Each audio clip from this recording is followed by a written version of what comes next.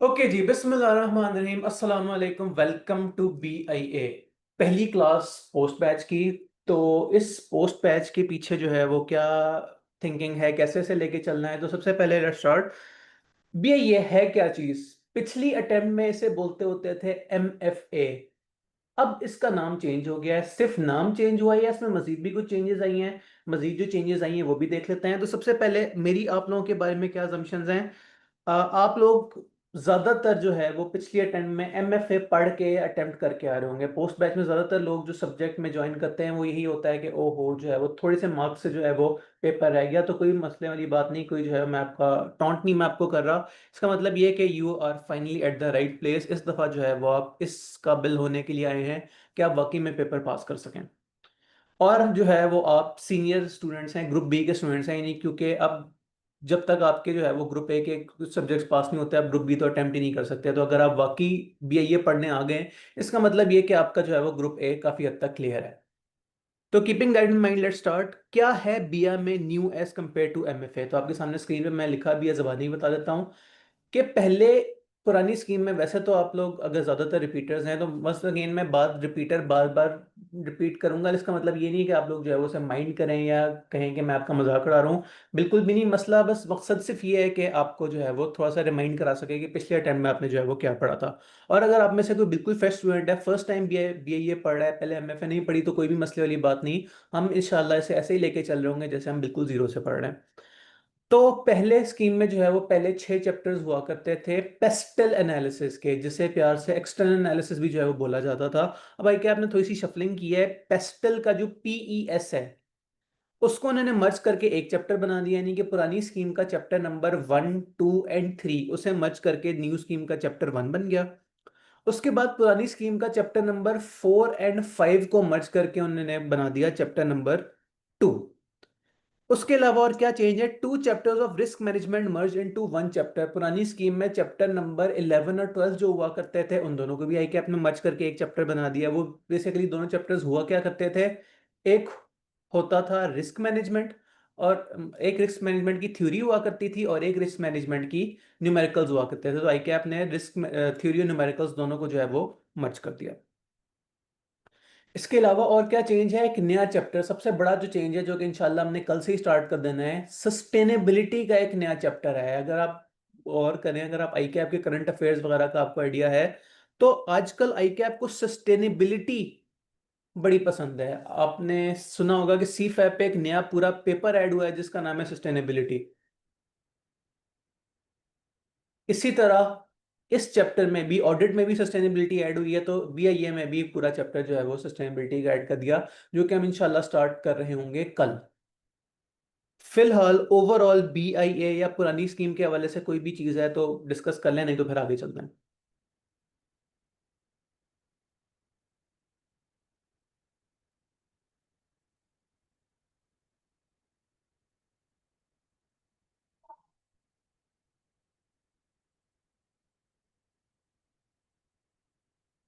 सब clear, okay आगे चलते हैं। उसके बाद हमारे पास है ग्रिड। ग्रिड में क्या है, पहले तो मैं आपको ग्रिड रफली दिखा देता हूँ। आपकी जो है वो 4 मेजर पोर्शन है सिलेबस के। चैप्टर नंबर 1 से लेकर 6 तक आपका एथिक जो है वो मैनेजरियल पोर्शन के अंदर आ जाता है, जिसमें से 30 to 40% जो है वो पेपर आना है इंशाल्लाह। अब पहले यहाँ 30 to 40 हुआ करता था without another new chapter. And पे देखें ग्रिड ए के फौरन बाद ग्रिड डी क्या लिखा है, इंट्रोडक्शन टू सस्टेनेबिलिटी, 10 से 15 नंबर। पुरानी स्कीम में बोलते होते थे 35 से 40 नंबर की थ्योरी आएगी। अब उसमें मजीद एडिशन हो गई है, तो अब हम थोड़े से कॉन्फिडेंस से कह सकते हैं कि तकरीबन 40 से 55 मार्क्स तक की थ्योरी आ सकती है। तो अगर अब इस चीज को हम पॉजिटिवली लें कि नेगेटिवली लें, अगर आप अच्छी इंग्लिश लिख लेते हैं और जो है वो मतलब कोई आपको मैनेजरियल पोर्शन से इशू नहीं है, मजे की बात है इसमें तो रट्टा वगैरह भी लगाना बहुत जो है वो लॉजिकल सी बातें होती हैं। तो इजीली आप जो है वो अच्छे खासे मार्क्स ले सकते हैं, कीपिंग इन माइंड कि अगर आपकी न्यूमेरिकल और प्रैक्टिकल जो है वो दोनों तैयारी अच्छी है। फिर देखें ग्रुप ग्रिड बी में क्या है, चैप्टर नंबर 8 9 10 रिस्क मैनेजमेंट और sources and cost of finance, तकरीबन 20 से 30 नंबर का पेपर। और फिर ग्रिड सी से 3 chapter, chapter 11 12 13, budgeting, working capital और इंट्रोडक्शन टू प्रोजेक्ट अप्रेजल, इससे जो है वो 25 से 30 मार्क्स आने हैं। तो ओवरऑल देखा जाए तो अगर सिर्फ ग्रिड की बात की जाए तो शक्ल से हमें ऐसा लग रहा है कि ये वाला जो कोर्स है तो और ज्यादा इजी हो गया। पहले थोड़ी थ्योरी आती थी, अब ज्यादा थ्योरी आती है। और अगर आपको जो है वो लंबी लंबी छोड़ने आती हैं, आई मीन आपको जो है वो अच्छी इंग्लिश लिखनी आती है, आप एग्जामिनर साहब को कन्विंस कर सकते हैं कि उसने आपसे जो मांगा था आपने उसे जो है वो बता दिया, तो आपके जरूर जो है वो अच्छे मार्क्स आ सकते हैं। और न्यूमेरिकल पोर्शन की तो हम इंशाल्लाह प्रैक्टिस कर ही लेंगे। न्यूमेरिकल पोर्शन तो अकाउंटिंग स्टूडेंट्स जो है वो कर ही लेते होते हैं। तो बड़ा मिक्स किस्म का सब्जेक्ट है, आधा मैनेजेरियल आधा फाइनेंशियल। अब बात करते हैं कि पोस्ट बैच के साथ जो है वो हमारी अप्रोच क्या होगी।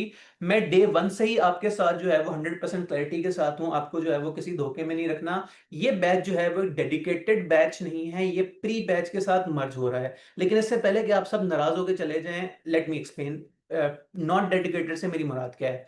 अगर मैं आपको बताऊं प्री बैच का क्या सिस्टम था, तो प्री बैच पेपर्स के जो है वो 2-3 हफ्ते बाद स्टार्ट हो गया था। उसमें हमने अब तक क्या क्या पढ़ लिया है, चैप्टर नंबर 1 से लेके चैप्टर नंबर 6 तक। नई स्कीम के चैप्टर नंबर 1 से लेके 6 तक। अगर आप लोगों को पुरानी स्कीम के चैप्टर्स अच्छी तरह याद हैं तो मैं आपसे कहना चाहूंगा कि चैप्टर 1 to 9 हमने कर लिया। तो अब आप कहेंगे कि यार 9 चैप्टर इन लोगों ने पढ़ लिया तो जुल्म वाली बात है। तो बिल्कुल परेशान नहीं होना। वो लोग जो कि पोस्ट बैच में पहली दफा बीआईए पढ़ रहे हैं, उन्हें एट द एंड, सिर्फ उन्हें नहीं वैसे तो सबको ही, एट द एंड ये 6 चैप्टर्स नई स्कीम के और 9 चैप्टर्स पुरानी स्कीम के हम at the completion of the course दोबारा भी पढ़ लेंगे, उन लोगों के लिए जिन्होंने पहले ये नहीं पढ़ा था। और जो रिपीटर्स हैं, वंस अगेन प्लीज माइंड नहीं करना, मैं रिपीटर आपको तंग करने के लिए नहीं कह रहा, बट जो लोग रिपीटर्स हैं आई एम श्योर उन्होंने सारा कुछ पढ़ा होगा और जो है वो हल्की सी रिवीजन सही जो है वो ये सारा कुछ जो है वो उनका रिवाइज हो जाएगा। तो इन एनी केस आप बिल्कुल फ्रेश हैं या पहले एमएफए पढ़ के अटेम्प्ट करके आए हैं, कोई मसले वाली बात नहीं। चैप्टर 1 to 6 हम करेंगे, जरूर करेंगे at the end of the course, यानी कि जनवरी के स्टार्ट में जाके। फिलहाल हमारा ओवरऑल कोर्स प्लान क्या होगा, कल हमने स्टार्ट करनी है सस्टेनेबिलिटी और उसके फौरन बाद हम स्टार्ट कर देंगे न्यूमेरिकल पोर्शन। मीनवाइल एक नजर मैं आपको ये वाली ग्रिड भी दिखा दूं, क्या तरीकेकार है देखें हमेशा कहां से कैसा पेपर आता है। चैप्टर नंबर 1 to 3 अब मैंने इन सारों को मर्ज कर दिया, अभी नई स्कीम के मुताबिक जो है ये वाली ग्रिड बनी है। तो देखा जाए तो स्ट्रिक्टली ओवरऑल 40% जो पेपर है वाकई मैनेजरियल पोर्शन से पहले आता रहे, 30% जो है वो आता रहे। अब आपको ये लग रहा होगा शायद मैंने राउंड फिगर्स लिए हैं, लेकिन नहीं, चेक करें आई के आपका कितना खूबसूरत मैथ्स है कि पूरा 40 40% जो है वो इस वाले पोर्शन से है, पूरा 30 30 जो है वो उस पोर्शन से है, और पूरा 30 जो है वो उस पोर्शन से है। तो आई के आपने जो है वो इस मौके पे ओवरऑल अगर देखा जाए तो बड़ा जो है वो ग्रिड को खूबसूरत रखा है। वैसे अगर पेपर बाय पेपर भी देखा जाए तो 30 to 40 मार्क्स का पेपर इधर से आना चाहिए। तो 35 38 35 39 इजीली जो है वो कम से कम 35 मार्क्स तो हमेशा पूछ ही रहा है। ऑन द अदर हैंड जहां से 20 30% पेपर आना था वहां से 29 30 देखें एग्जैक्ट तकरीबन फिगर्स हैं। 31.5 एक अटेम्प्ट में आया। उसके बाद ग्रिड सीध चेक करें, 25 to 30 मार्क्स का पेपर जहां से आना था वहां से 34 33 35। तो वहां से जो तीसरी वाली ग्रिड है चैप्टर नंबर 11 12 13, वहां से वो शायद अब हमारे स्टैंडर्ड से थोड़ा सा ज्यादा सवाल पूछ रहा है, लेकिन कोई मसले वाली बात नहीं, हमारी प्रैक्टिस इतनी अच्छी होगी हम इसे जो है वो इजीली काउंटर कर लें। और सस्टेनेबिलिटी चूंकि अटेम्प्ट में नया ऐड हुआ है इसलिए जो है वो जाहिर सी बात है आगे 0 0 लिखा हुआ है। सस्टेनेबिलिटी का पहला पेपर जो है वो इंशाल्लाह इस अटेम्प्ट के एंड पे होगा। ये सारी बातें वो है जो कि मैंने प्री वाली ओरिएंटेशन थी उसमें भी रिपीट की थी। अब प्री ओरिएंटेशन में से अगला पोर्शन मेरे पास क्या था, वो ये था कि हम डिस्कस करें एग्जामिनर कमेंट्स के, एग्जामिनर साहब क्यों माइंड करते हैं, एग्जामिनर साहब क्यों ये समझते हैं कि जो है वो स्टूडेंट्स का पेपर फेल हो जाता होता है। बट आई बिलीव के मैं अगर प्री वाली ही जो है ओरिएंटेशन आप लोगों के सामने दोबारा एज इट इज पढ़ दूं तो शायद आप लोगों का उसमें इतना फायदा नहीं है। आप लोग जो है वो पोस्ट बैच है, पोस्ट बैच में जो है वो पहले दिन से ही पढ़ाई स्टार्ट हो जानी चाहिए। तो इंस्टेड ऑफ के ये सारा कुछ मैं आपके सामने जो है वो रीड करूं, आपको अगर ये वाला पोर्शन जो है वो उसमें इंटरेस्ट है तो आप प्री बैच की ओरिएंटेशन जो है वो फास्ट फॉरवर्ड करके यहाँ तक देख लीजिएगा। द पॉइंट इज मैं ये सारा कुछ दोबारा से जो है वो रीड नहीं करना चाह रहा, आपके सामने आपके पास स्लाइड्स अवेलेबल होंगी, स्लाइड्स में सारा कुछ आ रहा होगा। और जो है वो अगर आप इसमें मेरी डिस्कशन भी सुनना चाहते हैं तो you can go straight to the पुरानी ओरिएंटेशन, पुरानी से मुराद पिछली अटेम्प्ट की नहीं, इसी अटेम्प्ट की प्री बैच की ओरिएंटेशन। अब आप लोगों के माइंड में ये आ रहा है कि अली शायद ने ओरिएंटेशन करवाने से साफ इनकार कर दिया तो हम करें क्या। तो अब for the rest of the portion मेरी नियत ये है कि मैं आप लोगों को हल्का सा ओवरऑल ओवरव्यू दे दूं या रिवीजन दे दूं, सिर्फ आधे पौने घंटे में overall the of the managerial portion. इसके पीछे लॉजिक क्या है? इसके पीछे लॉजिक ये है कि जो लोग रिपीट करके आ रहे हैं, उन्होंने आई एम श्योर किसी दफा पढ़ा होगा, तो उनकी ज्यादातर बातें माइंड में मौजूद हैं। बस माइंड के किसी कोने पे जो है वो अवेलेबल है, तो उस कोने को जो है वो दोबारा से उधर झाड़ू लगानी है, उधर से जो है वो उसे दोबारा से बेदार करना है, उसे कहना है ठीक है यार पहले पढ़ा था, कोई बात नहीं, हल्का सा जो है वो आपको रिफ्रेशर देते हैं। और जो है वो अगर किसी के लिए रिफ्रेशर इनफ नहीं है, तो इंशाल्लाह जनवरी के एंड पे हम उसे, सॉरी जनवरी के मिड में या स्टार्ट में जो है वो हमसे दोबारा भी देख लेंगे। ये भी सारा पोर्शन मैंने प्री के साथ कराया था। मैंने ओवरऑल बात की थी कि किस पोर्शन में स्टूडेंट्स को आमतौर पे जो है वो क्या मसाइल पेश आते हैं। ओवरऑल मेरी स्टूडेंट्स से जो बातचीत होती रहती है, स्टूडेंट्स बताते हैं सर फलाना पोर्शन मुश्किल लग रहा है, फलाना चीज़ अजीब सी लग रही है, तो उसका मैंने एक हल्की सी वर्किंग बनाई थी। ये सब भी आप रीड भी कर सकते हैं, और अगर आपको इसमें डिटेल्ड कमेंट्री चाहिए, तो आप जो है वो प्री वाली ओरिएंटेशन से रब्ता करें।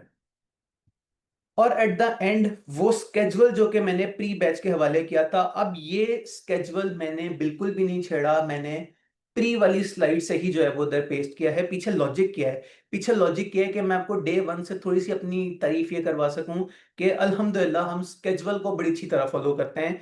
अगर इस स्केजुअल को देखा जाए, जो कि शायद आपकी नजर में आउटडेटेड हो, देखें क्या लिखा है। देखा है, सस्टेनेबिलिटी 30 अक्टूबर से स्टार्ट करनी थी और 6 नवंबर तक पढ़नी थी। अगर आपको स्क्रीन पे नहीं मिल रहा, तो मैं इस वाले पोर्शन की बात कर रहा हूँ, ये 30 अक्टूबर टू 9 नवंबर। आज क्या डेट है? आज 3 नवंबर है।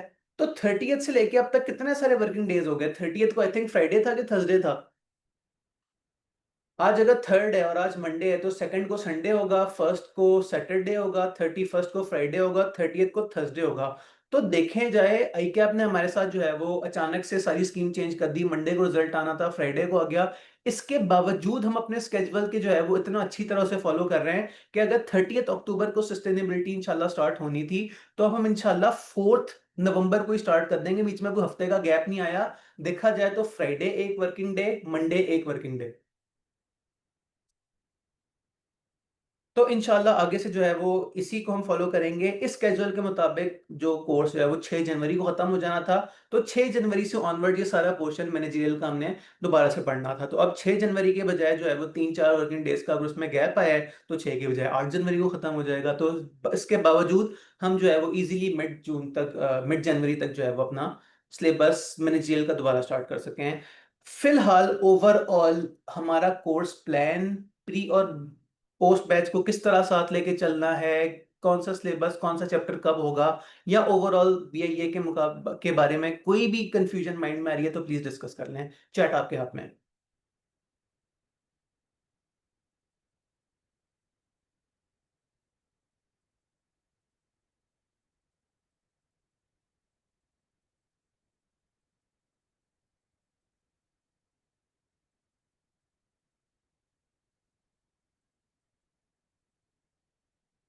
अब लोगों ने कहा ऑल क्लियर। मैं एक दफा फिर रिपीट कर देता हूं, अब तक इस ओरिएंटेशन में हमने क्या नई बात की, कौन सी पुरानी बात की, और कौन सी बात को मैंने जो है वो जरा ओवरऑल गो थ्रू कर लिया। एक दफा मैंने, एक मिनट, आपने कहा लास्ट मिनट थ्योरी सही से पढ़ेंगे ना? जाहिर सी बात है, सही से पढ़ेंगे। 10-15 डेज में थ्योरी इजीली हो जाती है। हाँ हो जाएगी। इजी है थ्योरी, टेंशन ना लें उसकी। और इसीलिए जान के जो नया चैप्टर ऐड हुआ है वो मैंने कल से स्टार्ट करवाना है। अच्छा, एक लंबा सा कमेंट आया, लेट मी रीड। नाम मैं नहीं ले रहा sir. I failed MFA at 45, my preparation was normal but wasn't able to attempt budgeting and cash flow questions due to time management issues, please guide. ऐसे मौके पे टाइम मैनेजमेंट की टोटका तरीन टिप, जो कि मैं अपनी जवानी में जो अपने कैफ के टीचर से सुनता आया हूं और उसी तरह जो है वो आपके हवाले भी करता हूँ।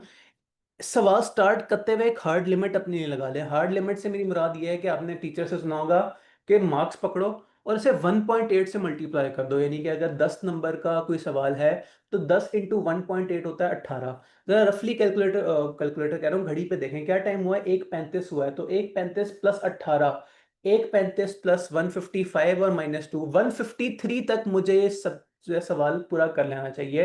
ये एक सॉफ्ट लिमिट है, और हार्ड लिमिट कहते हैं 2x की। 2x से मुराद ये है कि 10 नंबर का अगर पेपर है, तो 10 मल्टीप्लाई बाय 220, यानी कि 153 से लेके 155 के दरमियान जितना ये सवाल आप कर सकती हैं कर लें। उसके बाद फिर ब्रेक लगा दें।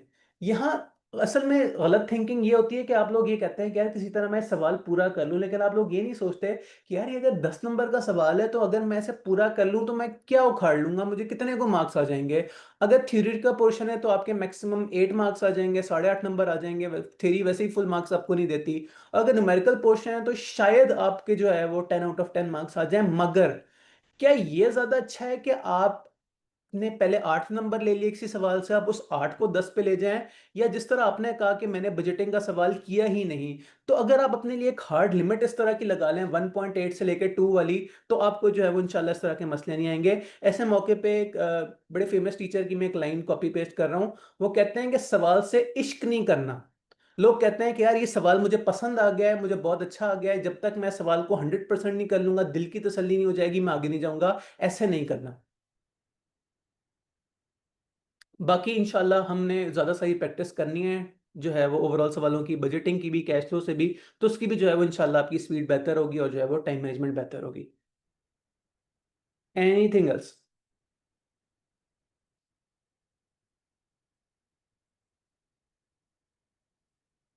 ओके, सो मैं ये रिव्यू कर रहा था, मैंने आपको बताया बीआईए में नया क्या है। मैंने आपको ग्रिड दिखाई चैप्टर वाइज पे, मैंने आपको ग्रिड दिखाई मार्क्स वाइज।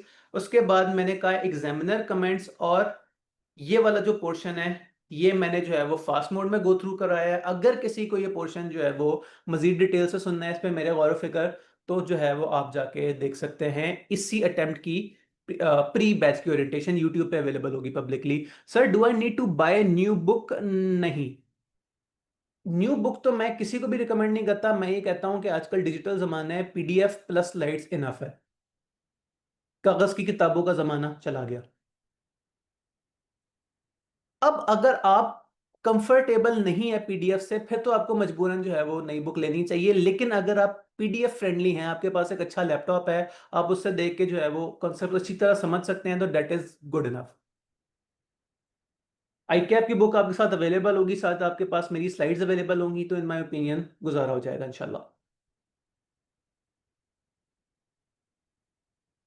उसके बाद मैंने आपको ये स्केड्यूल दिखाया था प्री वालों का, मैंने आपको दिखा दिया कि किस तरह से जो है वो इन दोनों बैचेस को मर्ज करना है। कल से हमने सस्टेनेबिलिटी स्टार्ट करनी है। आज का दिन हमने लगा के जितना भी हमारे पास अब टाइम है, 2:15 बजे तक क्लास है ये वाली, तो तब तक हम ओवरऑल चैप्टर, न्यू स्कीम का चैप्टर 1 to 6 और पुरानी स्कीम के चैप्टर नंबर 1 to 9 हल्की सी जो है वो डिस्कशन कर लेते हैं।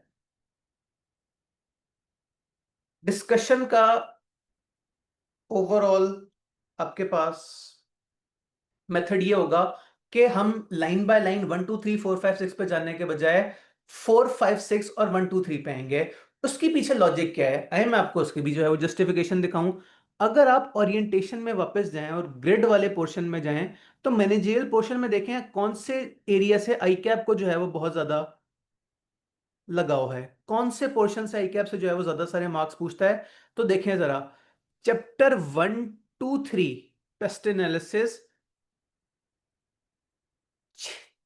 3 चैप्टर से मिला के, जो कि पहले 6 चैप्टर्स हुआ करते थे, कितने मार्क्स का पेपर आ रहा है? 5.5, 9, 14, 18, 15। But on the other hand अकेला चैप्टर 7, पुरानी स्कीम का चैप्टर 7, नई स्कीम का चैप्टर 4, ऊपर देखें मर्ज 3 चैप्टर से 5 नंबर आ रहे हैं, और नीचे देखें चैप्टर 4 5 से अकेले चैप्टर से 11 मार्क्स, अकेले चैप्टर से 12 मार्क्स। तो हमेशा चैप्टर नंबर 4 5 6 नई स्कीम का, और पुरानी स्कीम का चैप्टर नंबर 7 8 और 9 आपको हल्का हल्का याद भी होगा।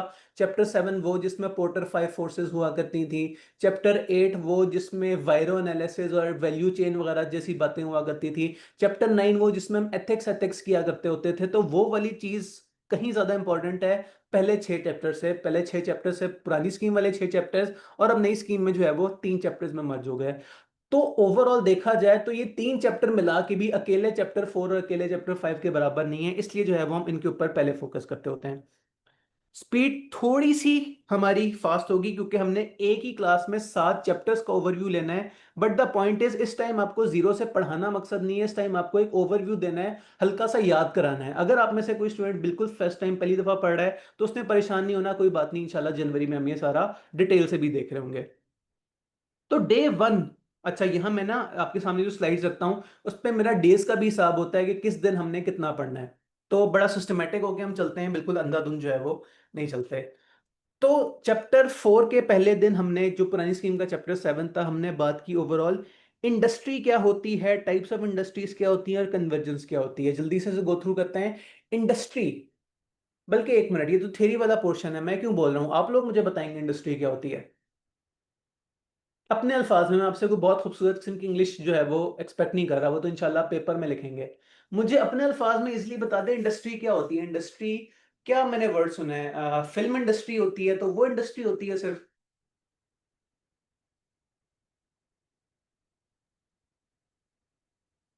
या वो वाली फैक्ट्री जिसमें सीमेंट का सामान बनता है उसे हम प्यार से इंडस्ट्री बोलते होते हैं।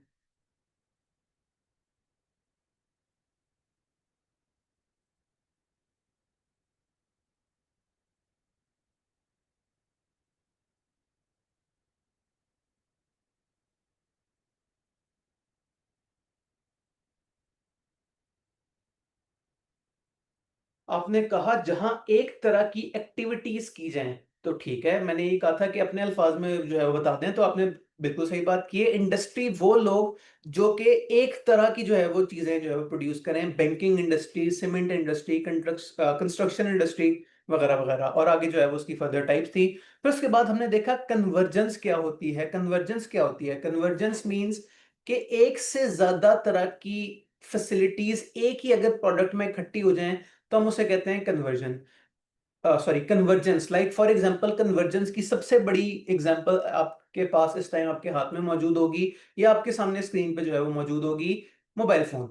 पुराने जमाने में एक कैमरा हुआ करता था, नोटबुक हुआ करती थी, वॉइस रिकॉर्डर्स हुआ करते थे, इन सारों के फंक्शंस को एक जगह इकट्ठा कर दिया गया, तो हमने कह दिया कि ये कन्वर्जेंस हो गई। नेक्स्ट फिर हमने बात की थी पोर्टर फाइव फोर्सेस की। क्या होती हैं पोर्टर फाइव फोर्सेस? याद करें, वो एक एरो हुआ करता था, बीच में जो है वो कंपटीशन हुआ करता था, और साइड से जो है वो उस पे 5 तरह के एरोज हुआ आ रहे होते थे, और इसे हम बोलते थे पोर्टर्स फाइव फोर्सेस। क्या है थीम ओवरऑल इस मॉडल का?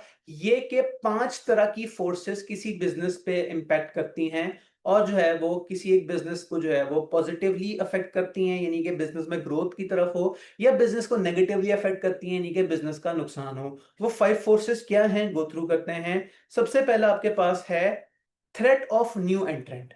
क्या मतलब थ्रेट ऑफ न्यू एंट्रेंट? अगर आपका किसी चीज का बिजनेस है, लाइक एक एग्जांपल एक पकड़ लेते हैं और उसके ऊपर जो है वो डिटेल से बात करते हैं। लेट्स अज्यूम कोई एक आइसक्रीम शॉप है, तो थ्रेट ऑफ न्यू एंट्रेंट, अगर कोई एक आइसक्रीम शॉप है तो क्या उसे इस बात का डर तो नहीं है कि उसके बिल्कुल साथ जो है वो कोई नई आइसक्रीम शॉप तो नहीं खोल लेगा? अब यहां हर फोर्स के पीछे मल्टीपल फैक्टर्स हैं। इस टाइम हम जल्दी से इसे गो थ्रू कर रहे हैं कि भाई, अगर मुझे इस बात की टेंशन है कि यार अगर साथ कोई और आइसक्रीम शॉप भी खुल सकती है, तो मैं कहूंगा कि यार there is a strong threat of new entrance. याद रखें, थ्री ये वाले जो फैक्टर्स हैं, ये स्ट्रॉन्ग होते हैं या तो ये वीक होते हैं। हम इसे मेजर नहीं करते कि जो है वो थ्रेट ऑफ न्यू एंट्रेंट जो है वो 45 है कि 36 है या 126 है। हम स्ट्रॉन्ग या वीक के केस में बात करते हैं। तो भाई, इस बात का बड़ा स्ट्रॉन्ग चांस है कि आइसक्रीम की शॉप के साथ एक और आइसक्रीम की शॉप भी खुल सकती है। अब इसके पीछे फैक्टर्स क्या हैं, क्यों ये थ्रेट स्ट्रॉन्ग है या क्यों ये थ्रेट वीक है, वो डिटेल से इंशाल्लाह जो है वो आप लोग पढ़ के आए हैं, नहीं तो फिर हम दोबारा भी पढ़ लेंगे। उसके अलावा क्या है, bargaining power of supplier. Supplier से क्या मुराद है? अगर आपकी आइसक्रीम शॉप है तो आपका सप्लायर मिल्कमैन है, या वो शॉप जहां से आप आइसक्रीम में डालने के लिए क्रीम खरीदते हैं, फ्लेवर्स खरीदते हैं, ये सारे लोग आपके सप्लायर्स हैं। यहाँ बार्गेनिंग पावर से क्या मुराद है? वैसे बार्गेन का क्या मतलब होता है? मजे की बात है, इस टाइम क्लास में अगर देखा जाए तो जो ज्यादातर मेजोरिटी है वो फीमेल्स की है। तो आपको तो मुझसे कहीं ज्यादा बेहतर पता है बार्गेनिंग क्या होती है। तो बार्गेनिंग मींस के क्या सप्लायर आपके साथ जो है वो निगोशिएट कर सकता है। लाइक फॉर एग्जांपल, क्रीम जो है वो आपने परचेज करनी है कहीं से, आइसक्रीम आपकी शॉप है, तो कल को अगर सप्लायर साहब कह दें कि भाई मैं ये जो फलाना इंग्रेडिएंट हूं ये 500 रुपए महंगा कर रहा हूं, तो क्या आपके अंदर इतना आपके अंदर इतनी स्ट्रेंथ है कि आप आगे से कह सकें ठीक है, तुम अपनी चीजें महंगी करो, मैं ऐसा करता हूं जो है वो किसी और सप्लायर से बात कर लूंगा। अब इसके पीछे भी मल्टीपल फैक्टर्स हैं, क्या उस मार्केट में और सप्लायर्स हैं भी कि नहीं। पर चले आप एक सप्लायर का दिल दुखा दें, उससे कहें ठीक है यार तुम महंगी करो चीजें, मैं खरीदूंगा ही नहीं, पर चले बाद में आपको सप्लायर ही कोई ना मिल रहा हो। तो इस फैक्टर्स को कहते हैं कि क्या bargaining power of supplier strong है या वीक है। फिर नंबर 3 हमारे पास है bargaining power of buyers. Buyer से क्या मुराद है? अगर आपका आइसक्रीम की शॉप है तो बायर से मुराद वो नेक लोग हैं जो क्या क्या आइसक्रीम खाना चाहेंगे। तो क्या आइसक्रीम खाने वालों की बार्गेनिंग पावर है कि नहीं? फॉर एग्जाम्पल, क्या अगर आपको उनकी आइसक्रीम सॉरी उनको आपकी आइसक्रीम पसंद नहीं आती, तो क्या वो इस बात पे मजबूर हैं कि वो आइसक्रीम सिर्फ आपसे खाएंगे? इन माय ओपिनियन शायद नहीं। हर दुकान पे आजकल वॉल्स या हीको का जो है वो फ्रीजर रखा होता है। आपकी आइसक्रीम उन्हें नहीं पसंद आ रही, कोई मसला नहीं, वो किसी और शॉप पे जाके दूसरी आइसक्रीम खा लेंगे। तो शायद इन दिस केस मैं कहूंगा कि bargaining power of buyer strong है। कस्टमर आके आके बार्गेन कर सकता है, वो आपसे आके कह सकता है देख लो यार फलानी शॉप पे वॉल्स का जो है वो टब पड़ा है, तो अच्छी आइसक्रीम बना के देना या अच्छे पैसों वाली आइसक्रीम देना, वरना मेरे लिए बड़ी इजी है, मैं जाके कॉर्नेटो खा लेता हूँ या मैग्नम खा लेता हूँ, मैं क्यों आप लोगों की आइसक्रीम जो है वो बाय करूं। तो इस केस में वैसे तो दोबारा कह रहा हूँ मल्टीपल फैक्टर्स हैं, इस टाइम में जस्ट एक एक फैक्टर आपको बता के जल्दी से जो है वो उसका ओवरव्यू दे रहा हूँ। फिर उसके बाद है कंपेटिटिव राइवलरी और थ्रेट ऑफ सब्स्टिट्यूट। अब ये दो पॉइंट स्टूडेंट्स को तंग करते होते हैं। आए मैं इन दोनों की दरमियान की जो डिफरेंस है उस पर बात करूं। लोगों को ये लगता है कि शायद ये एक ही चीज है, threat of substitute and threat of competition, या जिसे प्यार से कंपेटिटिव राइवलरी भी बोलते होते हैं। तो एग्जांपल आइसक्रीम की ही कंटिन्यू करते हैं। आपकी आइसक्रीम की शॉप है, आपके इलाके में वो तमाम लोग जो आइसक्रीम सेल करते हैं वो आपका कंपटीशन है। इस आइसक्रीम से मुराद प्रॉपर जो आइसक्रीम वाली शॉप है वो भी है, और वो आम जनरल स्टोर्स वगैरह भी हैं जहां वॉल्स का फ्रिज रखा है, क्योंकि कस्टमर को किस चीज से गर्ज है? आइसक्रीम से। वो आइसक्रीम आपकी शॉप से भी खा सकता है और वॉल्स के फ्रीजर से जाके या हीको के फ्रीजर से भी खा सकता है। और अगर मैं अमीर आदमी हुआ तो शायद किसी बहुत ही जो फैंसी किस्म की आइसक्रीम वाली शॉप्स होती हैं वहां से भी जाके खा सकता है। तो हर वो चीज जो कि आइसक्रीम बेच रही है, that is your competition. Competition वो है जो सेम इंडस्ट्री में सेम चीज या सेम तरह की चीज सेल करता पाया जा रहा है। तो फिर अब आपके माइंड में आएगा कि सब्स्टिट्यूट क्या होता है? सब्स्टिट्यूट मींस वो चीज जो कि आपकी प्रोडक्ट वाला काम करे लेकिन आपकी प्रोडक्ट ना हो। फॉर एग्जाम्पल, आइसक्रीम लोग क्यों खाते हैं? आइसक्रीम लोग इसलिए खाते हैं कि मीठा खाने का दिल कर रहा होता है, या उनको गर्मी ज्यादा लग रही होती है। तो क्या मार्केट में कोई और ऐसी चीज नहीं है जो मीठे के तौर पे खाई पी जा सके, या ठंड अगर गर्मी ज्यादा लग रही हो तो वो वाली चीज खाई पी जा सके? ये तो आप लोग बताएंगे। कोई ऐसी चीज जो कि आपका मीठे के टाइम पे खाने का दिल चाहता है, या तो अगर आपको गर्मी बहुत ज्यादा लग रही हो तो आपको खाने का दिल चाहता है?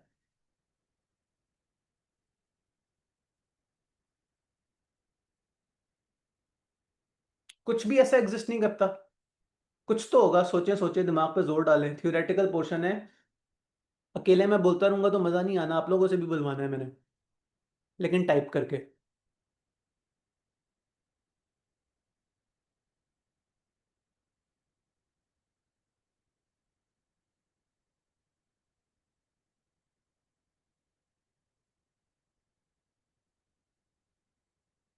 ना करो जालमो, ये मैं कैसे ठंडे लोगों से जो है वो मेरा राब्ता हुआ है। दोबारा मैं अपना क्वेश्चन रिपीट करता हूँ।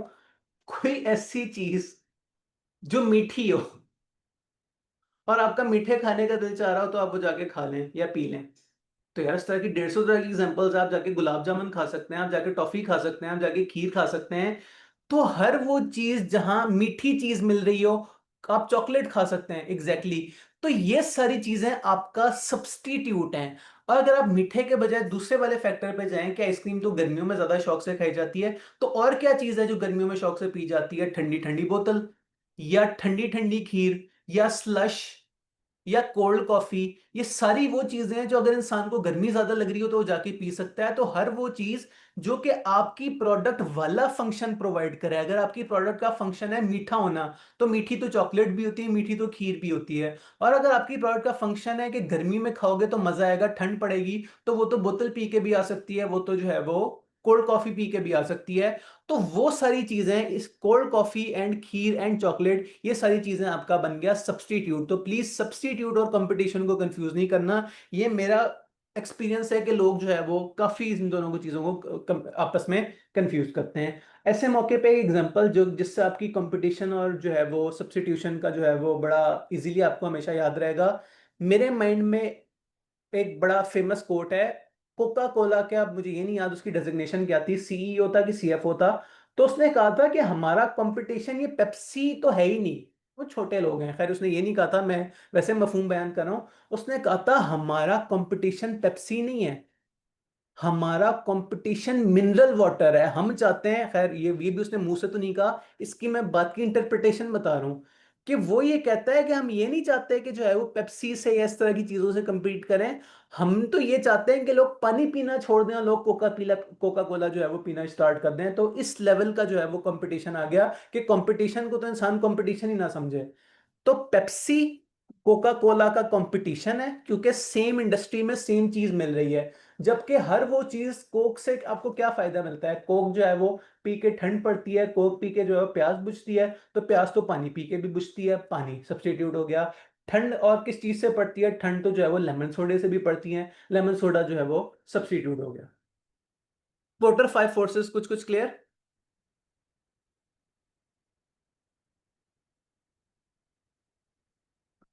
फिर उसके बाद हमारे पास हुआ करता था लाइफ साइकिल मॉडल। ये भी एक डिटेल टॉपिक है, हमने पूरा दिन लगा के पढ़ा था, यहाँ 2 मिनट में से ओवरव्यू करते हैं।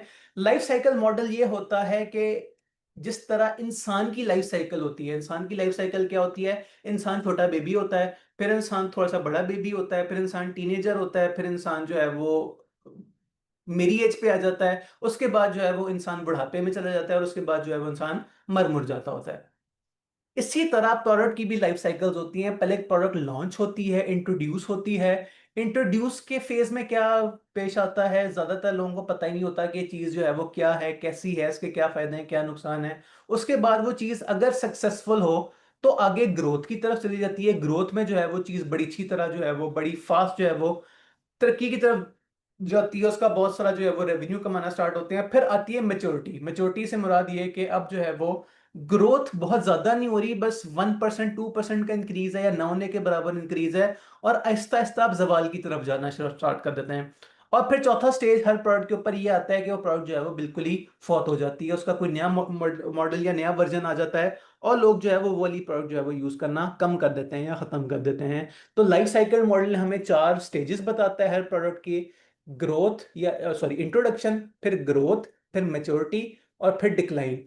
हर फेज के अपने कुछ एसोसिएटेड रिस्क हैं, एसोसिएटेड जो है वो करेक्टरिस्टिक्स हैं, एसोसिएटेड कॉस्ट हैं। ये सारी चीजें डिटेल से आपने पढ़ी थी चैप्टर 4 में।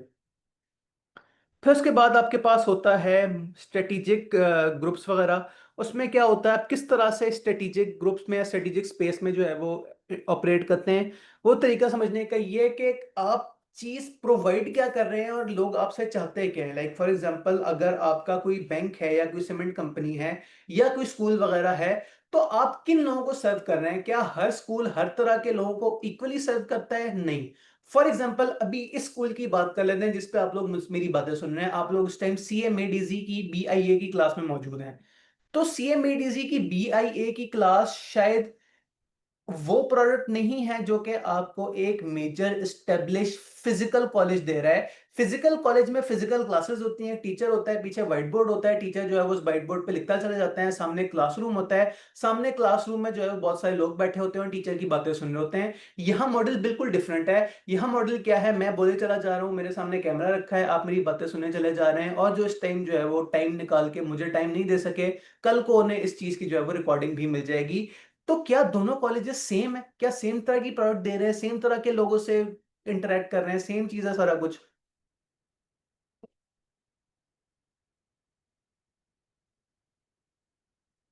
तो इसका सिंपल सा जवाब है बिल्कुल भी नहीं। तो ये मुख्तलिफ स्ट्रेटेजिक स्पेसेस होती हैं कि किस पोर्शन में, किस इंडस्ट्री में, किस इदारे ने कैसे सरवाइव करना है।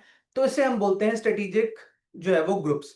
स्ट्रेटेजिक स्पेस इससे एक स्टेप आगे की चीज है। स्ट्रेटेजिक स्पेस मींस कि किसी एक एरिया या किसी एक टाइप ऑफ लोगों को कोई सर्व ना कर रहा हो, तो उसे बोलते हैं स्पेस। स्पेस से हम मुराद है खाली जगह। लाइक फॉर एग्जांपल, वैसे तो सीएमएडीजी एग्जिस्ट करता है, लेकिन इमेजिन करें एक ऐसी दुनिया जहां सारे कॉलेजेस फिजिकल हैं। फिजिकल कॉलेज की अपनी मजबूरियां होती हैं कि पता नहीं रिकॉर्डिंग होगी कि नहीं, अगर टीचर जो है वो क्लास में ना आ सके तो उस दिन क्लास नहीं होगी वगैरह वगैरह। तो फिर स्ट्रेटेजिक स्पेस ये क्रिएट हुई कि वो लोग जो ऑनलाइन पढ़ना चाहते हैं, जो कि हॉस्टल के खर्चे और उस तरह की चीजों को अवॉइड करना चाहते हैं, तो वो क्या करें, वो चाहते हैं कि काश कोई ऐसा नेक कॉलेज हो जो कि उन्हें इस तरह लाइव क्लासेस प्रोवाइड करे या लाइव क्लास की रिकॉर्डिंग प्रोवाइड करे। तो उसे हम बोलेंगे स्ट्रेटेजिक स्पेस। फिर जो पर्सन आके स्ट्रेटेजिक स्पेस में अच्छा ऑपरेट करता है, फॉर एग्जांपल फिर अज्यूम करते हैं कि सीएमएडीसी जो है वो उस वाली दुनिया में जो है वो पैदा हुआ, उसने जो है वो लाइव क्लासेस देना स्टार्ट की।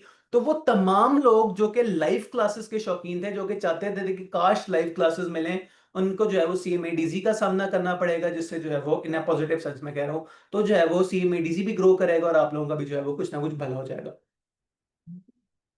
इसी तरह सेगमेंटेशन मींस कि आप मार्केट के जो है वो मल्टीपल जो है वो टुकड़े करने हैं, कि हमने किस तरह के लोगों को जो है वो ओवरऑल केटर करना है। केटर से मुराद ये कि किस तरह के लोगों के हवाले से हमने चीजें प्रोड्यूस करके बेचनी है। तो इस सारे को हम बोलते हैं मार्केट सेगमेंटेशन। और इसका आखिरी टॉपिक हमारे पास था BCG matrix, Boston consulting group matrix.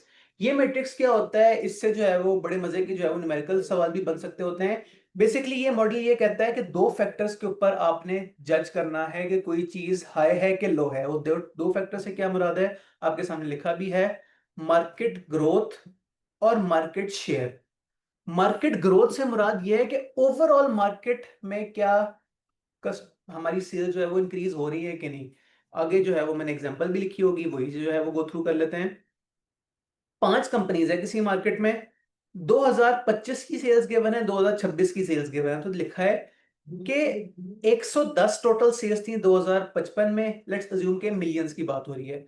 तो 110 मिलियन की सेल्स हुई 2025 में और 115 मिलियन की सेल्स हुई 2026 में। तो क्या इंक्रीज है या डिक्रीज है, हमें देखने में ऐसा लग रहा है इंक्रीज है। तो क्या ये इंक्रीज लो है कि हाई है। एक तो फैक्टर हो गया ये। और दूसरा फैक्टर ये कि आप इस मार्केट में कितना परसेंट एग्जिस्ट करते हैं। अगर ओवरऑल मार्केट का जो है वो 110 मिलियन रेवेन्यू है और आपकी कंपनी ने 10 मिलियन कमाया, तो 10 डिवाइडेड बाय 110, 9 पॉइंट समथिंग आपका मार्केट शेयर है। तो ये मार्केट शेयर हाई है कि लो है, इसकी बेस पे हम प्रोडक्ट्स को जो है वो चार तरह के नाम दे देते होते हैं। चार तरह के नाम क्या हैं, star, cash cow, question mark और डॉग। स्टार वो प्रोडक्ट्स को बोलते हैं जिनकी मार्केट ग्रोथ भी है, मार्केट शेयर भी है, मतलब वो सुपरस्टार है, उसमें मार्केट भी बहुत आगे जा रही है और आप भी सबके बहुत आगे है, तो स्टार तो अच्छी चीज होती है, तो हमने कह दिया ये स्टार है। उसके बाद हमारे पास है cash cow. Cash cow means के मार्केट में ग्रोथ कम है लेकिन आपका शेयर ज्यादा है। क्या मतलब, कैश काउ क्या क्या होती है, आपने जो है वो एक इंग्लिश में मुहावरा सुना होगा कि, खैर मुहावरा तो उस टाइम मेरे माइंड में भी नहीं आ रहा, लेकिन ये कि किसी चीज को निचोड़ लेना, एक चीज से तब तक वैल्यू निकालना जब तक वैल्यू बिल्कुल ही खत्म ना हो जाए। तो इसकी एग्जांपल हमारे माशरे में क्या होती है, गाय की, कि गाय पहले दूध देती है और फिर जब बिल्कुल मरने वाली हो जाती है तो उसे हम जो है वो उससे ज़िबा करके उसका बनू बीफ पिलाव बना लेते हैं। तो द पॉइंट इज आपने निचोड़ लिया उस बेचारे जानवर को। तो इसी तरह कैश का वो प्रोडक्ट है जिससे आप निचोड़ लेते होते हैं, उससे जितना मैक्सिमम प्रॉफिट कमा सकते हैं कमा लेते हैं। उसके बाद आप कहते हैं कि ठीक है भाई, इस प्रोडक्ट को जो है वो कैंसिल करो, हम कुछ नया बनाते हैं। फिर नंबर 3 आपके पास है question mark. Question marks means के मार्केट में ग्रोथ तो ज्यादा है लेकिन आपका शेयर कम है। इसका मतलब ये वाकई में क्वेश्चन मार्क है। क्वेश्चन मार्क से मुराद ये है कि आप खुद क्वेश्चन मार्क अपने ऊपर बना लें कि यार मैं कर क्या रहा हूं, क्या मुझे वाकई सेक्टर में ऑपरेट करना भी चाहिए कि नहीं। मार्केट में ग्रोथ तो है, बहुत अच्छी बात है, मगर उस ग्रोथ से मेरा क्या फायदा जब मेरा मार्केट शेयर जो है वो ना होने के बराबर है। तो इसे हमने बोल दिया क्वेश्चन मार्क। थर्ड एंड हमारे पास क्या है, डॉग। डॉग जो है वो माशरे में बुरी चीज को समझा जाता है कि बेचारा डॉग है जो है वो उससे दूर दूर चलो काट ना ले। तो डॉग वो प्रोडक्ट है जो किसी काम की नहीं है, ना उस मार्केट में ग्रोथ है, ना उस मार्केट में आपका कोई शेयर है। तो उस तरह की प्रोडक्ट को हम कहते हैं डॉग। इसके ऊपर जो है वो न्यूमेरिकल कैलकुलेशन वगैरह करनी पड़ सकती हैं। और ये हमने ओवरऑल बात की चैप्टर नंबर पुरानी स्कीम के 7 और नई स्कीम के 4 की। फिर ओवरऑल बात करते हैं जरा स्पीड से चैप्टर नंबर पुरानी चैप्टर स्कीम के चैप्टर नंबर 8 की। क्या इसमें होता है, स्ट्रेटेजिक कैपेबिलिटी, कोई काम कोई कंपनी कर सकती है कि नहीं कर सकती, किस हद तक अच्छा कर सकती है, ये आपके पास आ जाता है कैपेबिलिटी और कॉम्पिटेंसी में। फिर रिसोर्सेज की मुख्तलिफ टाइप्स। उसके बाद आपके पास आता है कंपेटिटिव एडवांटेज, किस किस तरह से कोई कंपनी जो है वो अपने दुश्मनों से जो है वो बेहतर परफॉर्म कर सकी है। सबसे इंपॉर्टेंट बात तो मैंने की नहीं। चैप्टर नंबर 4 और 5 में जो है वो ओवरऑल डिफरेंस क्या है। तो chapter number 5 is about external चीजें, पोर्टर फाइव फोर्सेस की बात करें, बीसीजी की बात करें, ये सारी एक्सटर्नल चीजें हैं कि भाई बाहर की मार्केट, बाहर के दुश्मन, बाहर के कस्टमर, बाहर के सप्लायर आपके बिजनेस पे कैसे इंपैक्ट कर रहे हैं। जबकि chapter 5 is all about internal, आपकी हरकतें क्या हैं, आप कैसे अपना बिजनेस जो है वो रन कर रहे हैं, आप कैसे अपने बिजनेस को जो है वो बेहतर कर सकते हैं। तो ये सारी बातें हमने इधर पढ़ी, 4P मॉडल वगैरह, सीएसएफ में हमारे पास एक 6 स्टेप मॉडल हुआ करता था, इस सारे को हमने किस तरह से अप्लाई करना है। उसके बाद बेंचमार्किंग हुआ करती थी। बेंचमार्किंग मींस क्या, वो अपने जो है वो राइवल्स वगैरह से जो है वो अपने आप को कंपेयर करें कि उनका रेवेन्यू कितना है, उनकी सेल्स वगैरह कितनी है। उसके बाद हमारे पास आती थी वैल्यू चेन, इस चैप्टर का सबसे इंपॉर्टेंट वो। वैल्यू चेन में 9 तरह की एक्टिविटीज होती थी, 9 तरह के फैक्टर्स हुआ करते थे जिससे हम कहते थे कि बिजनेस जो है वो अच्छा परफॉर्म कर रहा है कि नहीं, और वो किस तरह से वो और भी बेहतर परफॉर्म कर सके। इसे एक दफा गो थ्रू कर लेते हैं। प्राइमरी एक्टिविटीज 5 तरह की हुआ करती थी। लॉजिस्टिक्स, लॉजिस्टिक्स मींस के रॉ मटेरियल सप्लायर की फैक्ट्री से लेके आपकी फैक्ट्री में या आपकी शॉप में, जब तक उसके ऊपर कोई प्रोसीजर नहीं स्टार्ट हो जाता, उसके सारे मराहिल। लाइक फॉर एग्जांपल आइसक्रीम वाली एग्जांपल को कंटिन्यू करते हैं। आपने कहीं से क्रीम मंगवाई, क्रीम कहाँ से आएगी, क्रीम शायद किसी ट्रक में या जो है वो किसी मतलब लोडर के अंदर आएगी, किसी स्पेशल कंटेनर के अंदर आएगी। शायद उस कंटेनर को फ्रीज करना या ठंडा रखना जो है वो बड़ा इंपॉर्टेंट हो। तो सप्लायर की फैक्ट्री से लेके क्रीम आपकी फैक्ट्री के फ्रिज तक पहुंच जाए, इसके दरमियान जो जो चीजें भी इन्वॉल्व हैं, दैट इज कॉल्ड लॉजिस्टिक्स। उसके बाद ऑपरेशंस, आपने उस क्रीम को खूबसूरत सी आइसक्रीम में कैसे कन्वर्ट करना है, वो सारी चीजें आ जाती हैं ऑपरेशंस में।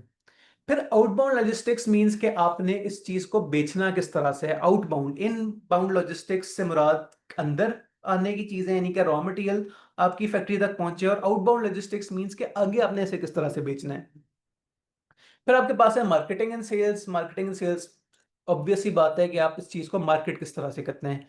सर्विसेज, ये कि आप आइसक्रीम के अलावा और उस एक्सपीरियंस को बेहतर करने के लिए क्या क्या कर सकते हैं। लाइक फॉर एग्जांपल आप जो है वो कोई ऐप वगैरह लॉन्च कर सकते हैं, आप जो है वो कोई लॉयल्टी प्रोग्राम वगैरह कर सकते हैं कि 5 आइसक्रीम्स का हो तो छठी फ्री, जिस तरह मैकडोनल्ड्स के पॉइंट्स वगैरह होते हैं, इस तरह की चीजें। ये आती है प्राइमरी एक्टिविटीज में। फिर आपके पास 4 तरह की सेकेंडरी एक्टिविटीज भी होती हैं। That is number 1 procurement. Procurement और इनबाउंड लॉजिस्टिक्स स्टूडेंट्स को तंग करती होती हैं, तो इनकी भी बात करते हैं। प्रोक्योरमेंट मींस आपने सप्लायर को सिलेक्ट करना, कौन सा सप्लायर आपको किस क्वालिटी की चीज किस पैसों में दे रहा है, ये सारी बातें आपके पास आ जाती हैं प्रोक्योरमेंट में। सप्लायर सेलेक्ट हो गया, आपने ऑर्डर दे दिया, ऑर्डर के बाद से जो कुछ काम हो रहा है वो सारा कुछ जाएगा इनबाउंड लॉजिस्टिक्स के अंदर। तो इन दोनों चीजों को कंफ्यूज नहीं करना। प्रोक्योरमेंट मींस के अच्छा वाला सप्लायर ढूंढना, उससे निगोशिएट करना, उससे अच्छी क्वालिटी अच्छे पैसों की बात करना, और जो है वो उसके बाद से जब उसने आपको रॉ मटेरियल भिजवाना स्टार्ट कर दिया, दैट इज इनबाउंड लॉजिस्टिक्स। उसके अलावा 3 और क्या है पॉइंट्स आपके पास है। टेक्नोलॉजी, इंफॉर्मेशन टेक्नोलॉजी भी इसे कुछ बुक्स में लिखा होता है। इंफॉर्मेशन टेक्नोलॉजी मींस कि आप कैसे जो है वो एआई वगैरह को यूज करते हैं अपनी कंपनी को जो है वो बेहतर कर सकते हैं। एचआर से हम मुराद है ह्यूमन रिसोर्सेज, आपके पास जो स्टाफ है, आपके पास जो मैनेजर्स हैं, जो आपके पास सीएफओ साहब हैं, वो किस तरह के स्किल्ड लोग हैं वगैरह वगैरह। और नंबर 4 आपके पास है इंफ्रास्ट्रक्चर। इंफ्रास्ट्रक्चर मींस फिजिकल चीजें, फिजिकल चीजों से मुराद ये कि आपकी शॉप कैसी है जहां आप ये सारी चीजें सेल करते होते हैं, क्या उधर अच्छा इंटरनेट है कि नहीं, क्या वो अच्छी सीटें वगैरह वहाँ है कि नहीं, क्या वहाँ कैमरास वगैरह लगे हैं कि नहीं, ये सारी बातें जो है वो इंफ्रास्ट्रक्चर पे आ जाती हैं। ये था ओवरऑल हमारे पास, नहीं बल्कि एक और बड़ा इंपॉर्टेंट एरियाज में रह गया, स्वॉट एनालिसिस, SWOT, स्वॉट। स्वॉट एनालिसिस क्या होता है? स्वॉट एनालिसिस ये होता है कि कोई चीज या कोई भी बिजनेस को आगे अगर हम एनालाइज करना चाहें, एक मिनट रुकिएगा जरा।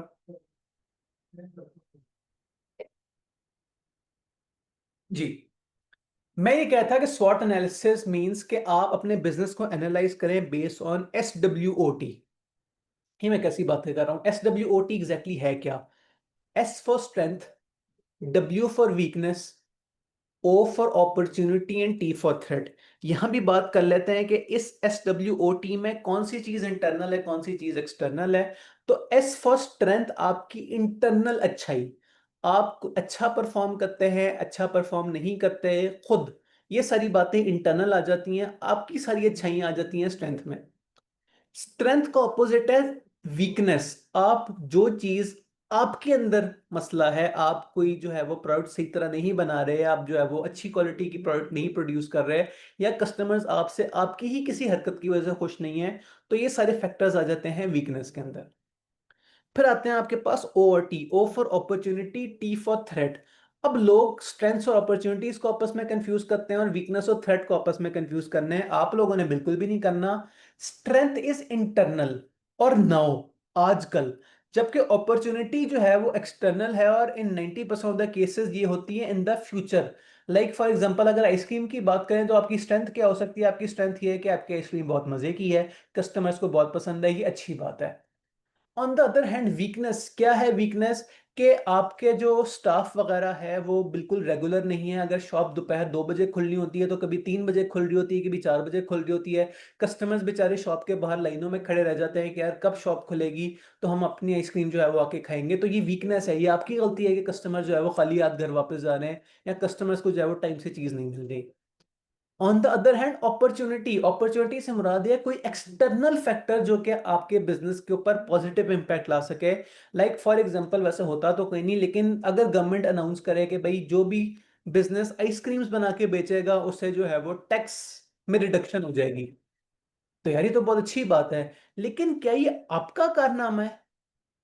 क्या गवर्नमेंट ने आपसे पूछ के ये वाला टैक्स अनाउंस किया है? तो बिल्कुल भी नहीं है। एक एक्सटर्नल फैक्टर है जिससे आपको फायदा हो सकता है। आपका कल को टैक्स का एक्सपेंस जो है वो थोड़ा सा कम हो जाए, या शायद मैंने बहुत ही दूर की बात कर दी। तो रॉ मटेरियल की बात कर लेते हैं। आपको पता चला कि due to some reason raw material जो है वो ठीक ठाक सस्ता होने वाला है, तो ये भी एक अच्छी बात है।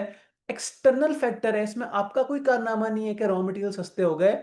तो ये एक एक्सटर्नल चीज है और इन द फ्यूचर हो रही है, तो इसे हम बोलते हैं अपॉर्चुनिटी, वो फैक्टर जिससे आपका बिजनेस कल को ज्यादा बेहतर परफॉर्म कर सकता है। On the other hand threat, threat वो एक्सटर्नल चीज जो आपके बिजनेस के लिए नेगेटिव हो। फॉर एग्जाम्पल, आसान तरीन इसकी एग्जांपल, पेट्रोल की प्राइस बढ़ती है तो हर चीज महंगी हो जाती है, तो आपके रॉ मटेरियल्स महंगे हो जाएंगे। आपके रॉ मटेरियल्स महंगे हो जाएंगे तो आपको अपनी आइसक्रीम सस्ती महंगी करनी पड़ेगी। आप आइसक्रीम महंगी करेंगे तो आपके कस्टमर्स नाराज होकर चले जाएंगे। तो ये एक एक्सटर्नल मसला था, इसमें अनफॉर्चुनेटली आपकी गलती नहीं है कि पेट्रोल महंगा हुआ तो हर चीज महंगी हो गई। या तो लोग पेट्रोल कहते हैं तो लोग डॉलर कहते हैं, डॉलर महंगा होता है अगर हर चीज जो है वो महंगी हो जाएगी। तो ये आपकी गलती तो नहीं है कि डॉलर महंगा हुआ। तो इस तरह के फैक्टर्स जो कि आपकी गलती नहीं है लेकिन एक्सटर्नल है, इसे हमने कह दिया थ्रेट्स। ये तो था हमारे पास ओवरऑल चैप्टर नंबर 5। कोई चीज जो कि आप चाहें कि मैं उसके ऊपर फर्दर रोशनी डालूं? आई एम श्योर आपको ये सारी पुरानी बातें याद आ रही होंगी।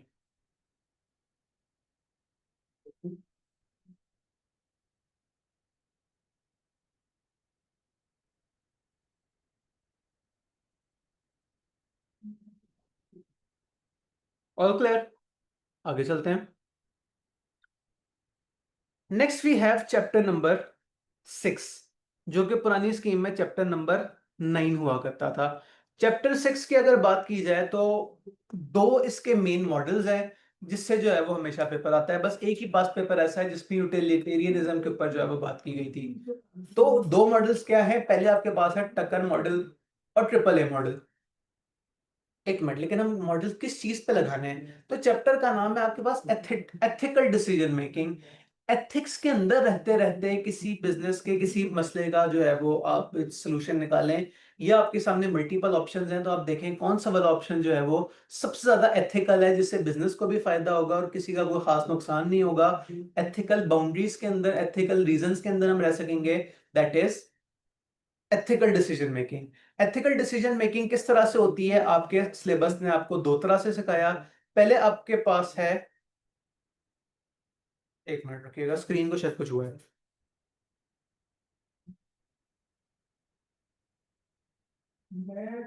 एक मिनट रुकिएगा।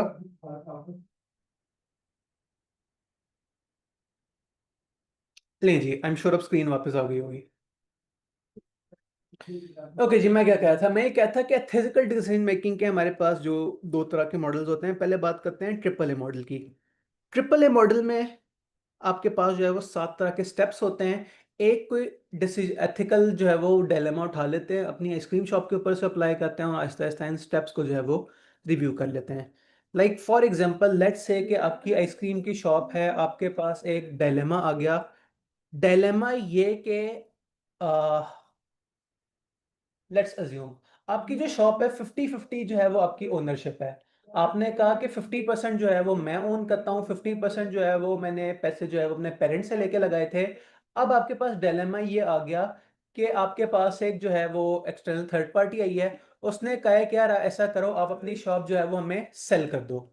अब इसमें डिलेमा वाली बात क्या है, उसने कहा कि यार मुझे अपनी शॉप पूरी सेल करो, तो लेकिन क्या एथिकली आप अपना पोर्शन तो उसे सेल कर सकते हैं। आपने बड़ी अच्छी बात की, चूज बिटवीन टू इवल्स। तो एक से ज्यादा तरह के मसले। अब मसला क्या है? मसला ये है कि यार शॉप बेचूंगा तो बहुत सारे पैसे आएंगे, but on the other hand सारी शॉप मेरी नहीं है, बीच में किसी और की पार्टनरशिप भी है। लेकिन अगर मैं बेच दूंगा तो मेरा बड़ा सारा फायदा होगा। अब मैंने इसमें डिसीजन मेकिंग करनी है। तो step number 1, establish the facts of the case. तो फैक्ट्स ऑफ द केस आपको हमेशा सवाल खुद ही बता देता होता है कि चल क्या रहा है। भाई चल ये रहा है कि आपने जो है वो आइसक्रीम शॉप जो है वो सेल करनी है, लेकिन शॉप 100% आपकी नहीं है। That is the facts of the case, that's it, that's enough. फिर स्टेप 2 है आपके पास, identify the ethical issues in the case. Ethically क्या इसमें मसला है? शॉप है, आप ऑपरेट कर रहे हैं, बेच दें, किसने आपको रोका है? एथिक्स क्यों आपको रोक रही है शॉप बेचने से? अब यहाँ शायद आपके माइंड में ये सवाल भी आ रहा हो कि एथिक्स से एग्जैक्टली मुराद क्या है। तो यहाँ एथिक्स से मुराद है कोई कोड ऑफ एथिक्स, कोई एक जो है वो ज़ाब्ता कवानीन, कोई एक ऐसी बुक जिसने आपको बताया हो कि बिहेवियर आपका कैसा होना चाहिए, कौन सी चीज़ अच्छी है, कौन सी चीज़ बुरी है। तो हमें हमारा रिलीजन ये सिखाता है कि अगर हमारे पास किसी की कोई अमानत है तो हम उसे आगे मिस यूज नहीं कर सकते, उसे आगे बेच नहीं सकते। तो ये शॉप भी अगर 50% आपकी है तो ये शायद किसी और के आपके पास अमानत है। तो एथिकल इशू ये है कि अमानत में खयानत करना बुरी बात। Step 2, identify the ethical issues. Clear? Step number 3, identification of norms, principle and values related to the case. अब इसमें क्या मुराद है? इससे मुराद यह है कि आपका जो डिसीजन जिसमें आपको एथिकल मसला पेश आया, इस बारे में आपके रूल्स या आपकी सोसाइटी या आपकी रूल बुक क्या कहती है।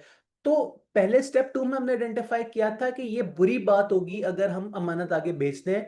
स्टेप 3 ये है कि भाई आपके रूल्स इस बारे में क्या कहते हैं। तो भाई हमारा अपना तो कोई रूल नहीं है, हम तो मुसलमान हैं, तो हमें हमारे बड़ों ने बताया था, हमें हमारे रिलीजन ने बताया था कि अमानत में खयानत बुरी बात होती है। तो आइडेंटिफिकेशन ऑफ द नॉर्म ये है कि अमानत में खयानत बुरी बात है। फिर उसके बाद स्टेप 4 है कि आप अपने से कोई 2 या 3 ऑप्शन जो है वो सवाल को बताएं कि मैं ऐसे मौके पे क्या क्या कर सकता हूं। इस आमतौर पे यहाँ ट्रिक ये होती है कि एक जो है वो इंतहाई पॉजिटिव आउटकम लें जिसमें कम से कम जो है वो नेगेटिव साइड इफेक्ट्स हों, और दो जो है वो थोड़े से नेगेटिव साइड इफेक्ट्स ले लें ताकि आप बाद में किसी एक पॉइंट की इजीली साइड ले सकें। मैं आपको एग्जांपल के थ्रू बताता हूँ। एक पॉइंट ये है कि क्या क्या किया जा सकता है। एक तरीका तो ये है कि आधी जो शेयर होल्डिंग आपके पेरेंट्स की है, आप अपने पेरेंट्स से मशवरा करें। आप उनसे कहें कि देखें, ये जो है वो मेरे पास एक सेलर आ गया है, वो सॉरी बायर आ गया है, वो कहता है कि अपनी शॉप जो है वो सेल कर दो। चूंकि इसमें आपका भी पोर्शन है तो प्लीज़ अपनी रजामंदी बताएं। अगर मैं शॉप जो है वो आगे इतने पैसों की सेल कर दूं तो 50-50% पार्टनरशिप है, जो रेवेन्यू आएगा, जो सेल प्रोसीड्स आएंगी वो 50% आपकी, 50% मेरी। बताएं क्या कैसा लगा? तो ये एक रीजनेबल किस्म का सूटेबल तरह का ऑप्शन था जिससे अमानत में खयानत भी ना हो और आपको बहुत सारे पैसे भी मिल जाएं। अब स्टेप 4 में आपने 2 या 3 स्टेप्स जो है वो सवाल को बताने होते हैं। और ऑल्टरनेट स्टेप क्या हो सकता है, और आप क्या कर सकते हैं? आप ये कर सकते हैं कि भेज दें शॉप, कल को देखी जाएगी, पेरेंट्स माइंड करेंगे तो क्या हुआ, अपने ही पेरेंट्स हैं, सॉरी कर लेंगे। ऐसे मौके पे इंग्लिश का एक कोट है, it's easier to ask for forgiveness than for permission.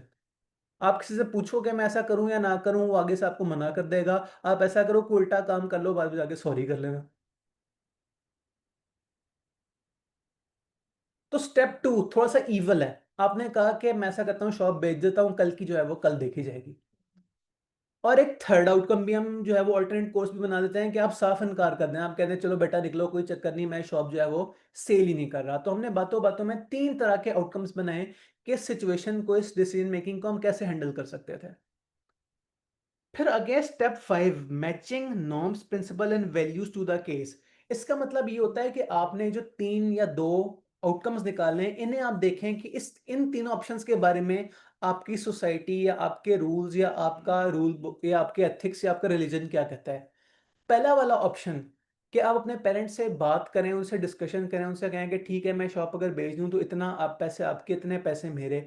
ऐसे मौके पे हमारे रूल्स या हमारा मजहब या हमारे बड़े क्या कहते हैं, हमारे बड़े तो कहते हैं यार ये तो बड़ी अच्छी बात है, आपने जिन लोगों का स्टेक था उन्हें अपने साथ इन्वॉल्व किया, उनकी रजामंदी लिए, तो अपेरेंटली इससे देखने में हमें कोई मसला पेश नहीं आ रहा, कोई देखने में ऐसा नहीं है कि कोई बुरी बात हो।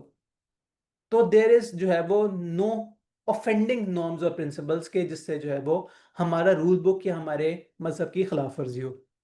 ऑन द अदर हैंड जो सेकंड वाला ऑप्शन था कि ऐसा करते हैं शॉप बेच देते हैं, कल देखी जाएगी, कल को जो है वो कोई ना कोई निगोशिएट कर लेंगे। ऐसे मौके पे हमारे रूल बुक क्या कहती है, हमारी रूल बुक इससे मना करेगी कि आपने विदाउट परमिशन उस चीज को आगे सेल आउट नहीं करना। तो आपने पिछले स्टेप में, स्टेप 4 में आउटकम की बात की थी, अब आप उस आउटकम को रूल्स की नजर में देख रहे हैं कि ये अच्छी बात है, ये अच्छी बात नहीं है। इसी तरह एथिक्स नंबर 3 ओ आउटकम नंबर 3 क्या था कि ऐसा करो आप शॉप को जो है वो देखे बगैर ही कह दो कि यार नहीं ठीक है मैंने सेल नहीं करनी, जाओ जो करना है कर लो। तो द पॉइंट इज ऐसे मौके पे हमारे रूल्स और हमारी एथिक्स क्या कहती हैं, हमारे रूल्स और हमारी एथिक्स शायद कुछ भी ना कहें, लेकिन शायद हमारा पर्सनल जमीन हमसे कहेगा कि यार जो है तुमने इतने सारे पैसों का लॉस कर दिया, अगर तुम सेल कर लेते तो तुम्हें भी कुछ पैसे मिल जाते, तुम्हारे पेरेंट्स को भी कुछ पैसे मिल जाते, सब खुश होते, लेकिन शायद ये एक गलत तुमने डिसीजन ले लिया। तो तीसरे वाले आउटकम में हम कहेंगे कि लॉज या रिलीजन से हमारा कोई कॉन्फ्लिक्ट नहीं है, लेकिन हमारी पर्सनल वैल्यूज से हमें लगता है कि हमारा कुछ ना कुछ नुकसान हो गया। और एट नाइन स्टेप 7 आपने ठीक ठाक सोच विचार करके based on all previous steps आपने डिसाइड करना है कि कौन सा डिसीजन लें। यहाँ पेपर में थोड़ा सा सियासी बयान भी जो है वो दिया जा सकता है, आप कह देंगे जो है वो बेस्ड ऑन प्रोफेशनल जजमेंट जो है वो हम डिसाइड कर लेंगे कि which option is the best, जिसमें कम से कम जो है वो साइड इफेक्ट्स हों। इस वाले केस में जो कि अभी हमने बैठे बैठे इन्वेंट किया था, इसमें तो हमें ये लग रहा है कि ऑप्शन 1 इज द बेस्ट। इससे रिलीजन भी खुश है, इससे आपकी पर्सनल वैल्यूज भी खुश हैं, शायद जो सेलर है वो भी खुश हैं, तो जहां मैक्सिमम लोग खुश हैं that is the best answer.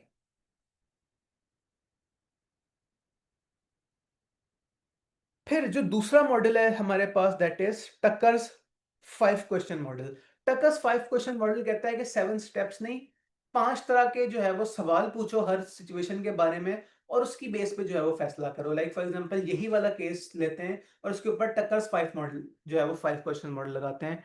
टक्कर 5 मॉडल ये कहता है कि आपने 5 तरह के सवाल पूछने हैं। 5 तरह के सवाल क्या हैं, यहां कहीं लिखा भी होगा, ये profitability, legality, fairness, rightness and sustainability. पहला सवाल, क्या ये स्टेप प्रॉफिटेबल है कि नहीं, बाकी सारी चीजें साइड पे करें, प्रॉफिटेबल है, हाँ जी है, शॉप बिक जाएगी, बहुत सारे पैसे आएंगे, बड़ा फायदा होगा। तो सुनने में ये चीज प्रॉफिटेबल तो लग रही है, but on the other hand question number 2, is this legal. अब पेपर में से अटेम्प्ट किस तरह करना है, सबसे पहले आपने यस या नो करना है, और बाद में 1 या 2 लाइनों में से जस्टिफाई करना है कि प्रॉफिटेबल क्यों है या क्यों नहीं है, या अगर लीगल है तो क्यों है या क्यों नहीं है।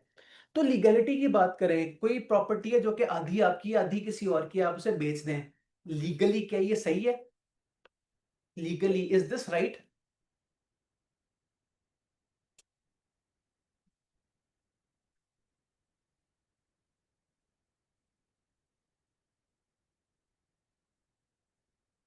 तो कॉमन सेंस कहती है बिल्कुल भी नहीं। हम कहेंगे कि no, it is not legal because something that is in joint ownership can not be sold by the consent of one person only. Number 3, fairness and rightness. अब फेयरनेस एंड राइटनेस वो चीज है जिसमें जो है वो अक्सर लोग कंफ्यूज होते हैं।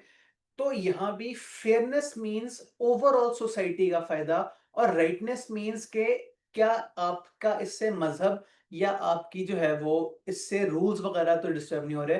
तो ओवरऑल फेयरनेस, फेयरनेस से मुराद ओवरऑल माशरे का फायदा। उर्दू में अगर बात करें तो फेयरनेस मींस कि क्या ये इंसाफ वाली बात है, लीगल वाला इंसाफ नहीं, एथिकल वाला इंसाफ। तो क्या ये सही है कि आप किसी की अमानत उठा के बेच दें। तो आप कहेंगे no, this is not fair, because इससे जो है वो जो आपके शेयर होल्डर्स हैं उनके साथ जो है वो गलत होगा, उनकी कंसेंट के बगैर ही जो है वो उनकी चीज जो है वो उनसे ले ली जाएगी, तो it is not fair. On the other hand it is right को इंटरप्रेट करने के आगे दो तरीके होते हैं, वो भी गो थ्रू कर लेते हैं। बट इट इज राइट का आगे मतलब ये होता है कि क्या एथिकली ठीक नहीं है कि नहीं। तो एथिकली हमने बात की थी कि नहीं, ये बिल्कुल भी ठीक नहीं है, हमारा मजहब हमसे ये कहता है कि आपने इस तरह से अमानत में जो है वो ओवरऑल कोई गलत काम नहीं करना। और आखिरी स्टेप होता है सस्टेनेबिलिटी। सस्टेनेबिलिटी मींस के क्या इससे ओवरऑल इन्वायरमेंट को कोई इफेक्ट तो नहीं पड़ रहा। तो अक्सर सवालों में अपने सस्टेनेबिलिटी लिख के आगे सिंपली वन लाइन में लिख देना होता है कि देयर इज जो है वो नो इम्पैक्ट ऑन सस्टेनेबिलिटी। फिर जो मैंने कहा था कि इज इट राइट को इंटरप्रेट करने के दो तरीके होते हैं आपके पास, है एक एंड पॉइंट एथिक्स और एक rule based ethics. And point ethics ये कहती हैं कि इसे आमतौर पे यूटिलिटेरियनिज्म भी कहते हैं। वो ये कहता है कि जिस चीज से ज्यादातर लोग खुश हैं, मैक्सिमम लोग खुश हैं, वो चीज जो है वो सही है।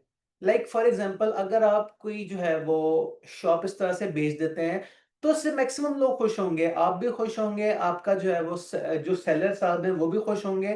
तो शायद एक ही बंदा इससे जो है वो इम्पैक्ट हो रहा है, वो है आपके पेरेंट्स। तो ओवरऑल देखा जाए तो मैक्सिमम लोग खुश हैं, अच्छी बात है। But on the other hand rule based ethics ये कहते हैं कि नहीं, आपने रूल्स को देखना है। आपने देखना है कि क्या ये काम करना ठीक था कि नहीं, क्या लॉज इसे अलाउ करते हैं, क्या रिलीजन इसे अलाउ करता है कि नहीं। अगर नहीं करता है तो बेशक इससे मैक्सिमम लोग खुश हो जाएं, होते रहे, हमारा इस पर कोई इम्पैक्ट नहीं पड़ता, हमें जो है वो सही काम करना है। तो अगर मैं उर्दू में इन्हें कंपेयर करूं तो एंड पॉइंट एथिक मींस के मैक्सिमम अवाम का भला, और रूल बेस्ड एथिक्स मींस के सही काम करना, बेशक उससे मैक्सिमम लोग नाराज क्यों ना हो जाए। तो ये था हमारे पास न्यू स्कीम का चैप्टर नंबर 6। अब अगर आप देखें तो क्लास में जो है वो आखिरी 5-10 मिनट रह गए हैं और हमारे पास पूरे 2 चैप्टर्स पढ़े हैं, लेकिन उसकी आपने टेंशन नहीं लेनी, टाइम मैनेजमेंट हमारी जो है वो बिल्कुल ठीक जा रही है। बाकी 2 चैप्टर जो है वो इसी तरह जो है वो 5 मिनट में भी गो थ्रू किए जा सकते हैं। तो वो चैप्टर्स क्या है? Pastel analysis, PESTEL। ये सारे PESTEL मुख्तलिफ एक्सटर्नल फैक्टर्स हैं जिससे आपके बिजनेस पे जो है वो इम्पैक्ट पड़ता होता है। सब्जेक्ट का नाम ही है BIA, बिजनेस इंसाइट एनालिसिस। तो हमने हर चीज को बिजनेस पे अप्लाई करके देखना है। तो सबसे पहले P फॉर पॉलिटिकल। क्या पॉलिटिकल फैक्टर्स हैं जो कि आपके बिजनेस को जो है वो इम्पैक्ट करते होते हैं? तो इसमें ये कि क्या गवर्नमेंट जो है वो स्टेबल है कि नहीं। कहीं ऐसा तो नहीं है कि हर 4 साल बाद नई गवर्नमेंट आ जाती है और पुरानी गवर्नमेंट की सारी पॉलिसीज को जो है वो डिस्टर्ब कर देती है, जिससे आपके बिजनेस पे कोई नेगेटिव इम्पैक्ट पड़े। या कोई ऐसी इस टाइप की गवर्नमेंट तो नहीं है कि आपको जो है वो किसी टाइप का बिजनेस करने ही ना दे, या आपका जो है वो बिजनेस में जो है वो ज्यादा आपको मसाइल पेश हैं। उसके बाद आपके पास होता है पेस्टल का ई। वैसे तो पेस्टल में 2 तरह की ई है। पहला वाला ई इज अबाउट इकोनॉमिक्स, वो वाला ई जो आपने PRC में भी पढ़ा था, इकोनॉमिक्स वाला। इकोनॉमिक फैक्टर्स क्या होते हैं आपको थोड़ा थोड़ा PRC से याद होगा। अनएम्प्लॉयमेंट होती है, GDP होता है, टैक्सेस होते हैं, ग्रोथ होती है, डिक्लाइन होता है, इंटरेस्ट रेट्स होते हैं। इन शॉर्ट वो चीजें जो कि स्टेट बैंक डिसाइड करता होता है या स्टेट बैंक मॉनिटर करता होता है। महंगाई सबसे बड़ी एग्जांपल, दैट इज आपका इकोनॉमिक फैक्टर। फिर नंबर 3 आपके पास social factors. Social factors means society आपकी कैसी है, सोसाइटी की एज क्या है ओवरऑल, सोसाइटी का रिलीजन क्या है ओवरऑल, सोसाइटी कम पढ़ी लिखी है कि ज्यादा पढ़ी लिखी है, सोसाइटी के लोग अमीर हैं कि कम अमीर हैं। ये सारी बातें आ जाती हैं सोशल फैक्टर्स में। तो ये सारे इम्पैक्ट्स जो है वो क्या लोगों के जो है वो लोगों के पास क्या वेल्थ लेवल है, इससे जो है वो आपके बिजनेस पे ठीक ठाक इम्पैक्ट पड़ता है। अगर माशरे में अमीर लोग ज्यादा रहते हैं तो वो अमीरों वाली चीजें ज्यादा खरीदेंगे, वो घर ज्यादा खरीदेंगे, वो गाड़ियां ज्यादा खरीदेंगे। और अगर आपका माशरा जरा कम अमीर है तो वो शायद कम महंगी चीजों के ऊपर ज्यादा फोकस करेंगे। लाइक फॉर एग्जांपल वो जो है वो KFC ज्यादा खाएंगे या वो जो है वो आइसक्रीम में ज्यादा खाएंगे। फिर आपके पास होता है T for technology. Technology means के आपकी सोसाइटी में आप जहां ऑपरेट कर रहे हैं वहां टेक्नोलॉजी लेवल क्या है, कौन कौन सी लेटेस्ट टेक्नोलॉजी से जो है वो अपने बिजनेस को जो है वो पॉजिटिवली इंपैक्ट कर सकते हैं, या कौन कौन सी टेक्नोलॉजी से आपका बिजनेस जो है वो नेगेटिवली इंपैक्ट भी हो सकता है। लाइक फॉर एग्जांपल अगर कैमरा वालों की बात करें तो टेक्नोलॉजी ने उनका फायदा करने के बजाय उनका नुकसान कर दिया। अब कोई भी कैमरा नहीं खरीदता सिवाय DSLR वगैरह के, हर किसी के मोबाइल में जो है वो बड़ा अच्छा वाला कैमरा जो है वो मौजूद है। फिर टी के बाद दोबारा से आ गया ई। ये ई है इकोलॉजिकल वाला ई। इकोलॉजिकल से यहां से आपकी मुराद है एनवायरनमेंट। क्या आपका बिजनेस से पोल्यूशन तो नहीं हो रही, कहीं पोल्यूशन से आपके बिजनेस को इंपैक्ट तो नहीं पड़ रहा। इस तरह की बातें सारी आ जाती हैं इकोलॉजिकल में। और फिर at the end L for legal. वो वाले रूल्स वगैरह जो कि आपके बिजनेस को इम्पैक्ट करते हैं। अब मैंने बच्चों से ये सुना है कि पी और एल में जो है वो अक्सर जो है वो कंफ्यूजन होती है, कौन सी चीज पॉलिटिकल में जानी है, कौन सी चीज लीगल में जानी है। तो पॉलिटिकल सिस्टम जो है वो डेमोक्रेसीज में चेंज होता रहता है। अगर अमेरिका की बात भी करें तो अमेरिका में दो बड़ी पार्टीज हैं, रिपब्लिकन्स और डेमोक्रेट्स।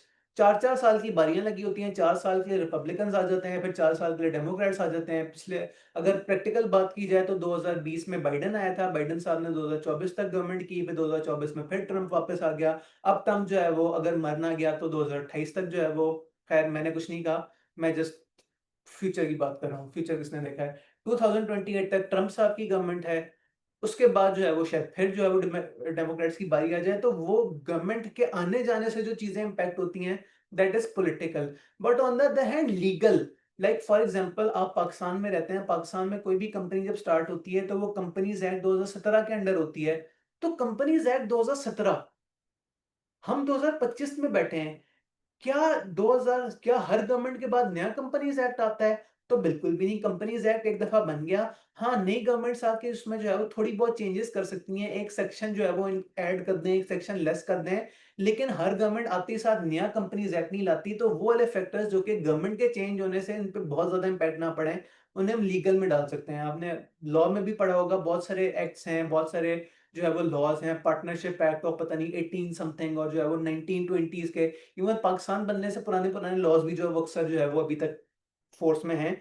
तो वो सारे लॉज जो कि गवर्नमेंट के आने जाने से जो है वो नहीं चेंज होते, और उसके आपका बिजनेस पे कोई इम्पैक्ट पड़ता है, तो इन्हें हम बोल देते हैं लीगल फैक्टर्स। तो दोस्तों ऐसी होनी चाहिए। टाइम मैनेजमेंट 2:27 हुआ है, और क्लास का टाइम खत्म होने में 2 मिनट रह गए। स्टिल जाते जाते आखिरी 1 मिनट में कोई एक सवाल मुझसे कोई करना चाहे, एक आधा सवाल, जो लोग क्लास में मौजूद हैं अभी तक।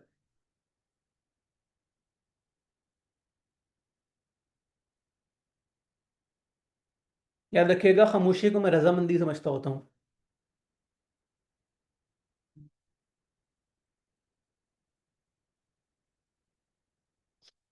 ओके जी, ऑल ओके ऑल गुड। ऐसे मौके पे फिर ठीक है, आप मुझे जो है वो अल्लाह हाफिज बोलें। कल से जो है वो हमने नया चैप्टर स्टार्ट करना है, जो कि इंतहाई, अवाम ने कहा फ्री क्लास में टेस्ट होंगे। टेस्ट क्वेश्चन पेपर अवेलेबल होंगे, सोल्यूशन अवेलेबल होंगे। अगर एग्जामिनर अंकल से चेक भी करवाने हैं तो उसके लिए आपको इन्वॉल्वमेंट करवानी पड़ेगी। और कुछ? ओके। ओके जी, कल इंशाल्लाह हम सस्टेनेबिलिटी स्टार्ट कर रहे हैं। कल तक के लिए मुझे बोले अल्लाह हाफिज, मिलते हैं कल इसी टाइम पे। अच्छा, कल सेम टाइमिंग में क्लास होगी, जाहिर सी बात है, क्लास तो रोजाना अब सेम रहेगी।